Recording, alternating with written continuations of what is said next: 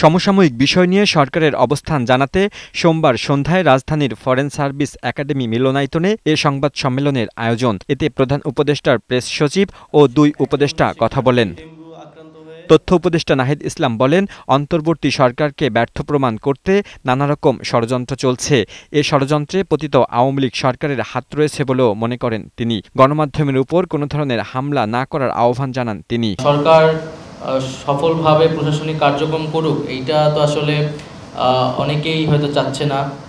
এবং আমাদের যে বিগত ফ্যাসিস্ট সরকার, তারা তো নানাভাবে অপপ্রচার চালিয়ে যাচ্ছে। কোনো পত্রিকা অফিসে ভাঙচুর করা, সেটা পত্রিকা বন্ধের জন্য চাপ প্রয়োগ করা, সেটা আমরা সমর্থন করি না।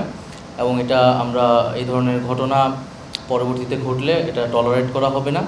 গত ২ দিন ধরে রাজধানীতে কয়েকটি কলেজে শিক্ষার্থীদের সংঘর্ষ ভাঙচুরের ঘটনা উল্লেখ করে উপদেষ্টা আসিফ মাহমুদ কোনো ধরনের উস্কানি বা ষড়যন্ত্রে পা না দিয়ে শিক্ষার্থীদের শান্ত থাকার আহ্বান জানিয়েছেন। এ ধরনের ঘটনার পুনরাবৃত্তি ঘটলে সহ্য করা হবে না বলেও জানান তিনি। আহ্বান জানাচ্ছি যে কোনো প্রকার উস্কানিতে পা না দিয়ে ছাত্ররা যেন ধৈর্য সহকারে তাদের যে কোনো সমস্যা কলেজ কর্তৃপক্ষের মাধ্যমে কিংবা প্রয়োজন হলে সরকারও এর মধ্যে অংশীভূত হতে পারে। প্রধান উপদেষ্টার প্রেস সচিব শফিকুল আলম জানান, এখনই শিক্ষা কমিশন গঠন করা না হলেও পরিকল্পনা করা হচ্ছে। মেজর কাজ ছিল এটা হলো টেক্সট বুকটা ঠিক করা।